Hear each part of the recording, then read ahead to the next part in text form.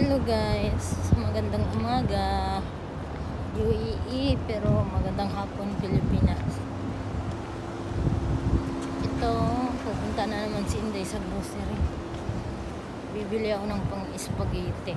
Dagdagan ko na kasi para may kakainin sila bukas. Wala ako bukas, baka hanggang gabi yung training seminar ko sa school.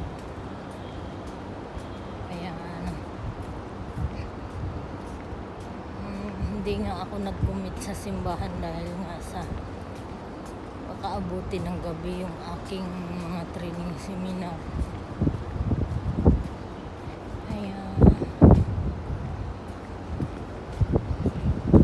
sana, kasi may exam kami noon. After ng training, bibigyan kami ng exam kung may natutunan kami dun sa training na tinuturo sa amin.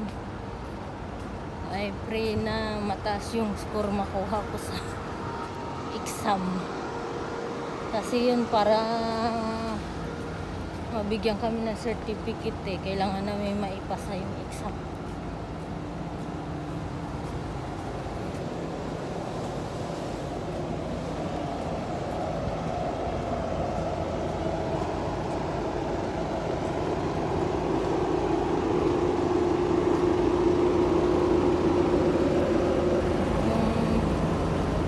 Medical training kasi yung basic life support at saka yung CSSD, parang central sterile